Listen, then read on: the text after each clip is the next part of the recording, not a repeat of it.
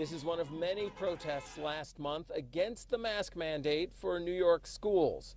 Governor Kathy Hochul has called it vital, particularly as Omicron variant rates peaked at very high levels. But now, with those numbers having plummeted, there's much less protest, but a lot more of parents just speaking frankly.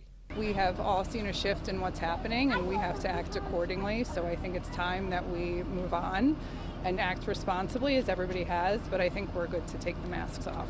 Like, the whole thing is very silly at this point. We know the science. There are no peer-reviewed studies that say the masks work.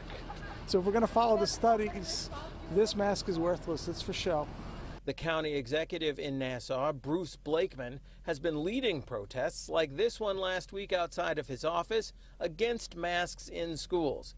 Today, he was alone, but still calling for the mask mandate to be lifted now, in spite of the state health commissioner saying that masks are important to prevent COVID spread at schools since kids' vaccination rates remain low. That's just another excuse to take away parental choice and have the state tell parents that their kid has to get a needle in their arm to go to school, or else they'll have to wear a mask.